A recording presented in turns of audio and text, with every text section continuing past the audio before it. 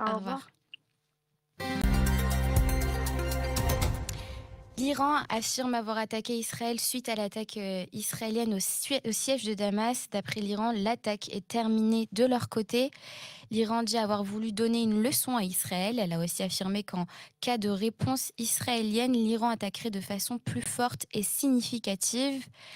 Israël a reçu le soutien des États-Unis qui ont agi et défendu Israël, mais aussi de nombreux pays comme de la France et de l'Angleterre.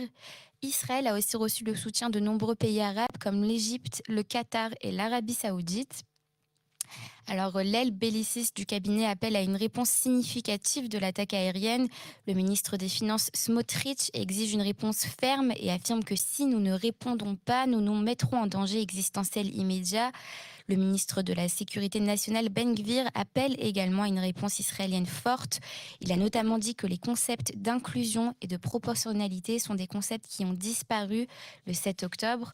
Il affirme que pour créer une dissuasion au Moyen-Orient, la réponse d'Israël se doit d'être conséquente.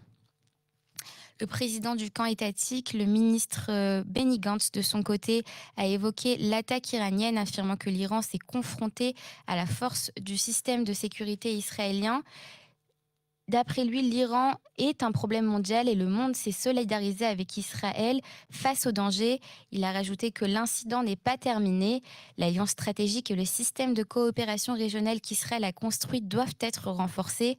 Israël construira une coalition régionale contre la menace iranienne et exigera d'elle un prix à payer à la manière et au moment qui conviendront à Israël. Il a particulièrement souligné qu'Israël doit garder à l'esprit qu'elle n'a pas encore accompli tous ses objectifs, en particulier le rapatriement des otages et la neutralisation de la menace pesant sur les populations du nord et du sud d'Israël. En parallèle avec l'attaque iranienne, le Hamas a de nouveau refusé la nouvelle proposition d'accord concernant la libération des otages détenus à Gaza depuis maintenant 181 jours. Le bureau du Premier ministre a déclaré que Sinwar n'était pas intéressé par un quelconque accord. Les familles des otages ont félicité la défensive d'Israël hier, mais ont rappelé les premiers objectifs de guerre, dont le retour des otages. De plus, le porte-parole de Tsahal a informé que conformément à l'évaluation de la situation dans les prochains jours, 2 brigades de réserve seront recrutées pour des missions opérationnelles dans la bande de Gaza.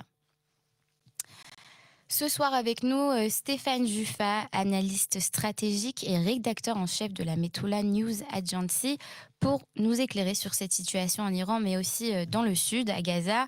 Stéphane, bonsoir. Bonsoir Shirley, bonsoir aux auditeurs et téléspectateurs de CNO Français. Merci d'être avec nous. Alors, on a remis le contexte avec cette attaque iranienne avec les auditeurs. Donc, comme tout le monde imagine, nous sommes dans l'attente de savoir quelle sera la réaction d'Israël. Alors, de ce qui ressort, Israël n'a pour l'instant pas l'air d'avoir l'intention d'attaquer l'Iran. Que pensez-vous que sera la réponse d'Israël face à cette attaque? Et que pensez-vous qu'il est nécessaire de faire face à une attaque d'une telle ampleur? Alors, c'est pas une question d'orgueil entre l'Iran et nous, c'est une question de programme de fabrication d'une bombe atomique en Iran. La théocratie chiite de Téhéran est toute proche, à quelques semaines, quelques mois, de terminer son projet, qui dure déjà depuis plus de 13-14 ans. Et c'est vraiment une opportunité assez extraordinaire que cette attaque d'hier, qui nous donne la légitimité et qui a rapproché Israël de certains autres pays.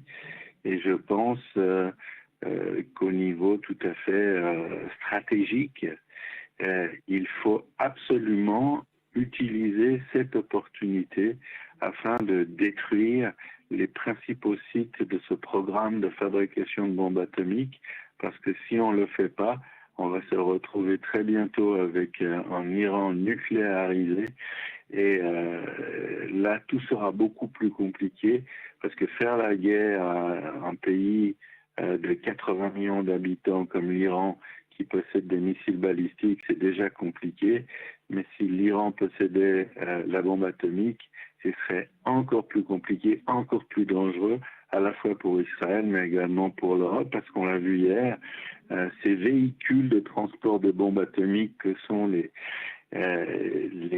missiles balistiques peuvent atteindre Israël, mais peuvent très bien atteindre Paris. Et on sait que les Iraniens travaillent déjà à un missile balistique intercontinental qui pourra également toucher les États-Unis. Donc strictement sur ce point de vue, il faut savoir en stratégie utiliser les opportunités qui se présentent. Et là, cette erreur manifeste de la part de la théocratie iranienne nous permet d'intervenir au niveau de ce projet de bombe atomique. Le reste, pour moi, constitue des détails, c'est-à-dire comment on va l'expliquer, comment on va s'arranger avec nos alliés, c'est moins important. C'est ce qu'il faut absolument faire. Est-ce qu'on va le faire? Ça fait partie de votre question, Shirley. Oui, déjà, est-ce qu'on va le faire? Rien. Et aussi, Oui, j'allais rebondir sur ce que vous venez de dire. Donc, vous dites qu'il est bon stratégiquement d'attaquer l'Iran.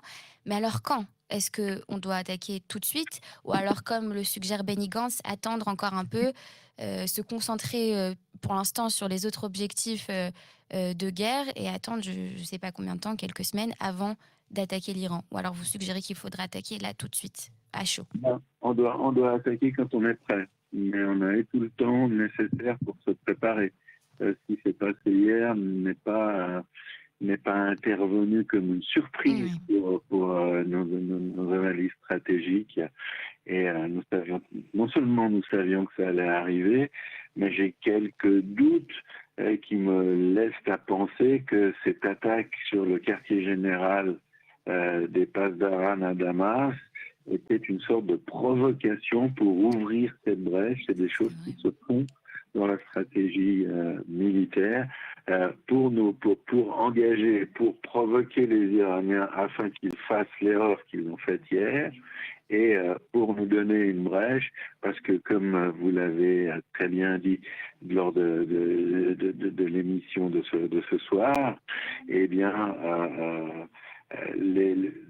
on était le pays banni, on était les méchants, on était ceux qui réalisaient un génocide à Gaza jusqu'à 2 heures du matin hier. Et maintenant, on est à nouveau le pays que tout le monde veut avoir pour ami, et notamment, et ça n'a pas été dit, donc je le réservais pour les auditeurs, téléspectateurs de Canon français. Et oui, notamment parce que c'est la première fois dans l'histoire qu'un missile balistique a été intercepté. Parce que un missile balistique comme le Shahab 3 que les Iraniens ont lancé sur Israël vole à près de 9000 km à l'heure. C'est incroyable. C'est absolument énorme. Et jusqu'à maintenant, il n'existait pas de missiles antimissiles balistiques opérationnels capables de les intercepter jusqu'à l'invention, la mise au point du reste de la flèche israélienne qui, lui, est hypersonique. Donc on considère qu'il vole à plus de 11 000 km à l'heure. Et imaginez que deux engins en dehors de l'atmosphère terrestre se rencontrent et que le RET explose très précisément en touchant le missile balistique. On est en pleine science-fiction, on est les seuls incapables de faire ça. C'est la première fois dans l'histoire. Mais alors, hier, on n'a pas intercepté un missile balistique, on en a intercepté 117. Et ça c'est quelque chose qui n'est pas concevable. Et Israël est absolument le seul pays à être capable de le faire. Alors là où ça devient extrêmement intéressant, c'est qu'on a déjà vendu le RETS à tous les pays européens, à l'exception notable de la France et dans deux autres pays. Tous les pays européens, Shirley, qui sont emmenés dans ce projet par l'Allemagne, qui va commencer à fabriquer nos RETS sous licence en Allemagne. et qui va équiper toute l'Europe ou la plus grande partie de l'Europe de ces missiles. Ça s'est fait il y a une année à peu près, ce deal. C'est le plus grand contrat commercial jamais passé par un consensus, par un consortium israélien. C'est un contrat qui va avoisiner une somme entre 30 et 50 milliards d'euros dans la prochaine décennie. Mais alors là, ce qui s'est passé va tout changer parce qu'on a eu l'opportunité De hier, montrer voilà, à les moindre frais, parce performances.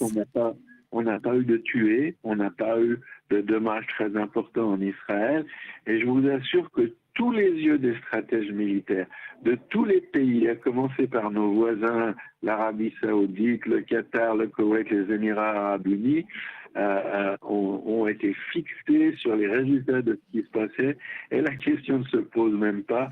Les carnets de commandes à partir d'aujourd'hui se remplissent et on parle de sommes absolument folles grâce justement à cette preuve, à cette évidence qu'Israël a pu fournir hier en interceptant pratiquement 120 missiles balistiques tirés au même moment et noyés. Alors, en fait, les missiles de croisière et les drones d'assaut qui volaient à d'autres altitudes, à des vitesses complètement différentes, mais qui sont arrivés en même temps à 2 heures du matin, étaient là pour créer l'embarras, pour créer la confusion. Exactement. Oui, oui. Et c'était pour que nos intercepteurs et les gens qui les font fonctionner ne savent pas après quelle proie courir. Le ciel, vous l'avez sans doute remarqué, le ciel de tout Israël était rempli de ces attaques et des intercepteurs. Et on a l'armée israélienne, les ingénieurs israéliens, le commandement de l'armée de l'air ont vraiment géré à la perfection cet événement et ce matin, on ne peut que nous en féliciter. Enfin, ce soir, non. Alors, merci de ces précisions techniques qui sont très importantes. C'est vrai qu'on n'avait pas vu ça avec les auditeurs et c'est un fait, enfin, un fait très très important. Alors justement, est-ce que vous pensez que si, parce qu'Israël a quand même été prévenu que l'Iran allait attaquer, comme vous l'avez dit au début, ce n'était pas une attaque surprise, est-ce que vous pensez que si ça avait été surprise, les résultats auraient été différents? Israël aurait été aussi performante sur sa défensive? La défense antiaérienne, le bouclier anti-aérien a cela de particulier que ses servants, que ce soit à courte distance, le dôme de fer, à des distances de 2, 3, 5 kilomètres, ou précisément le Ches, la flèche, les servants sont toujours à pied d'eau.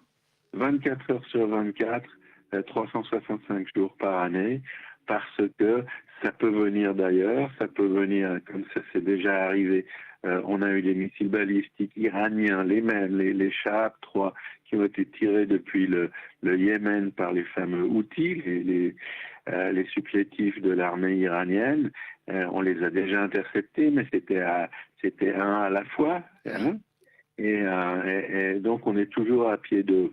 Ce qui était très particulier, on vient de l'évoquer, c'est 3 types de projectiles très différents les uns des autres.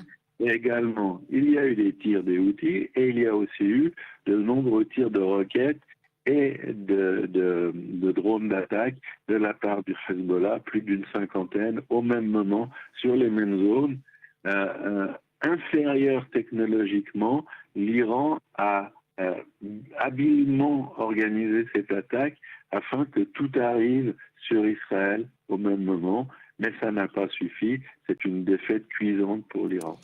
Alors, merci d'avoir renforcé l'exploit d'Israël encore plus que ce qu'on l'avait mis en valeur.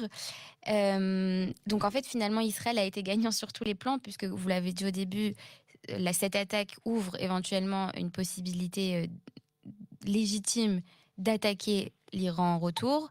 Et aussi, ça a décroché à Israël pas mal de contrats, en montrant au monde la performance défensive d'Israël.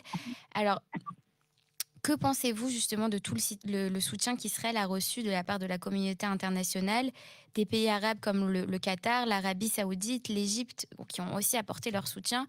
Pourquoi d'un coup?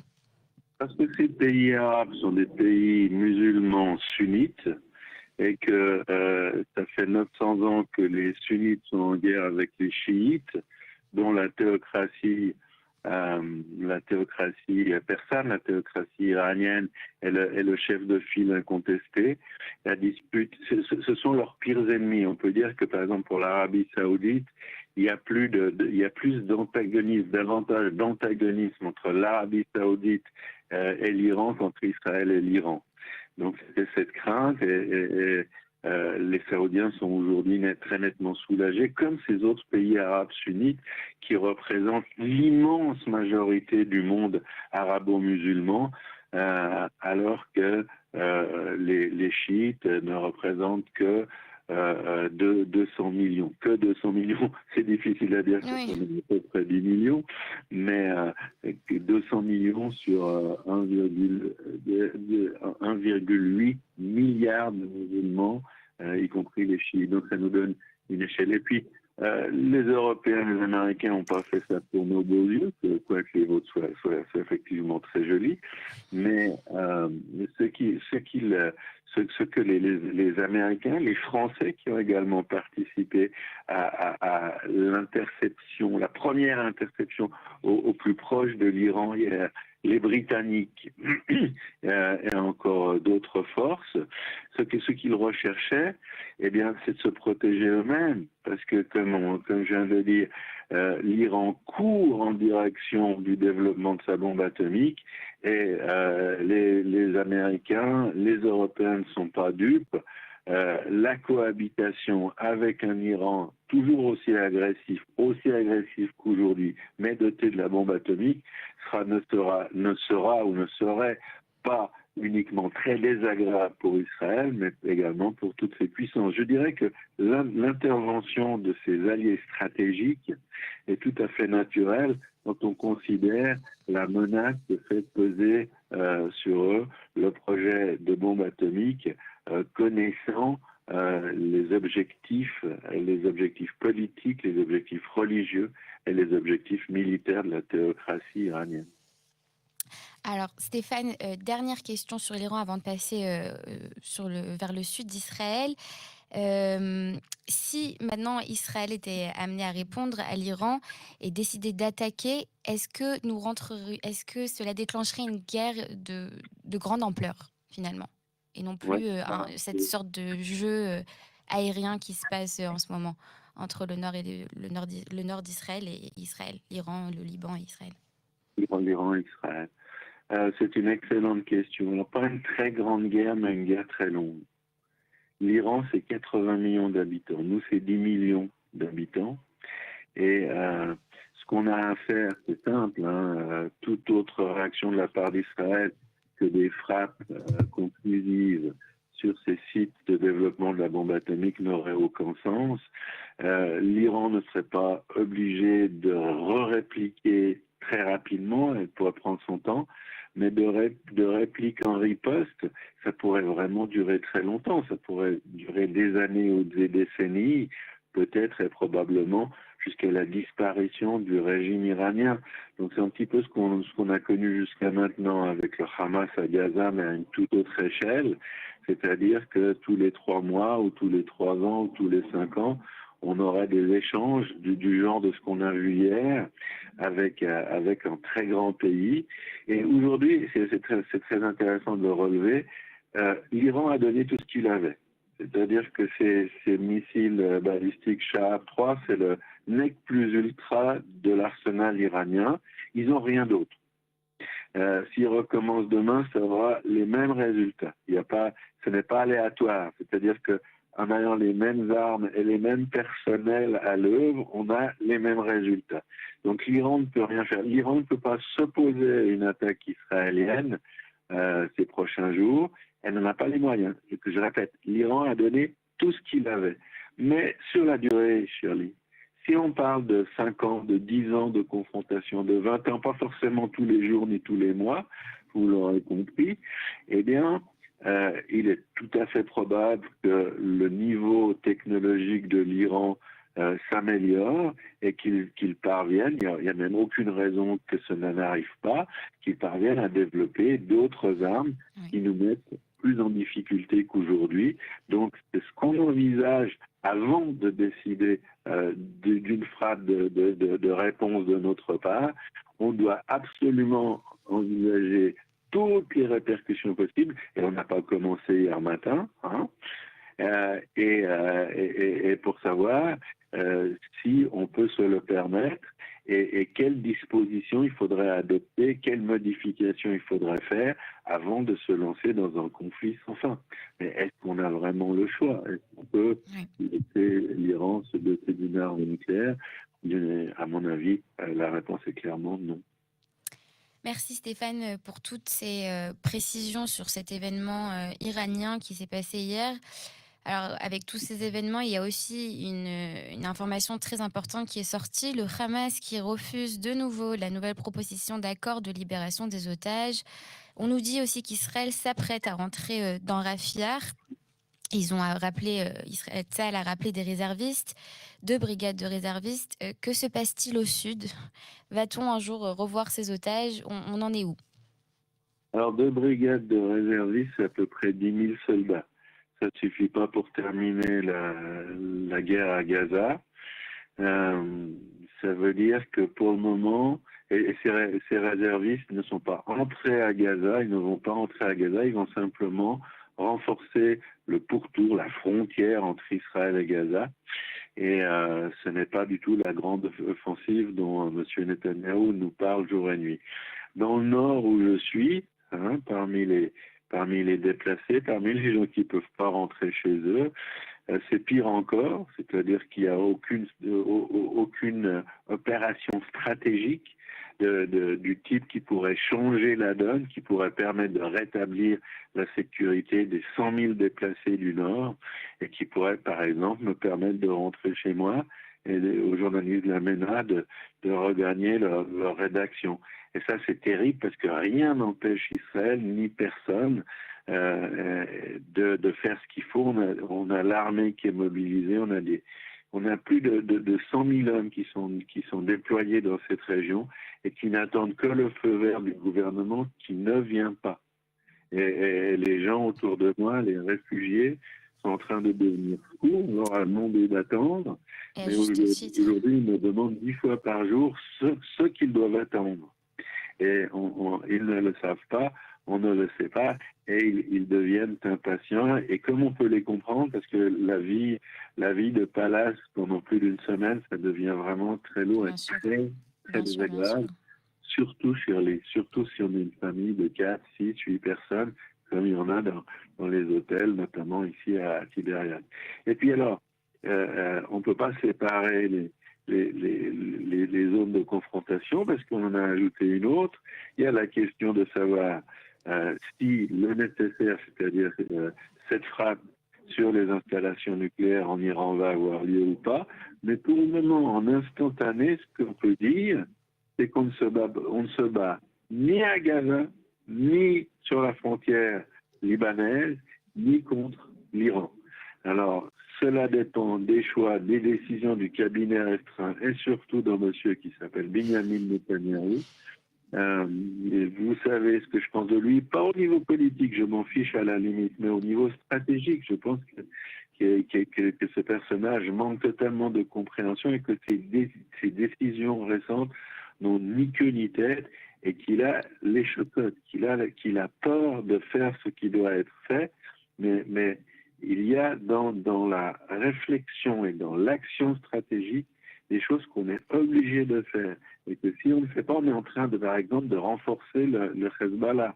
On est en train, et c'est des images qui nous rendent fous, de voir les Gazaouis qui remontent du sud de la bande de Gaza dans le nord et que personne n'empêche de faire cela. Et on a eu des morts, on a eu des centaines de soldats qui sont morts pour prendre le contrôle, pour nettoyer la bande de Gaza et de voir ces populations. Et il y a bien entendu des miliciens qui utilisent le prétexte de cette possibilité de retourner dans le nord de la bande qui le font.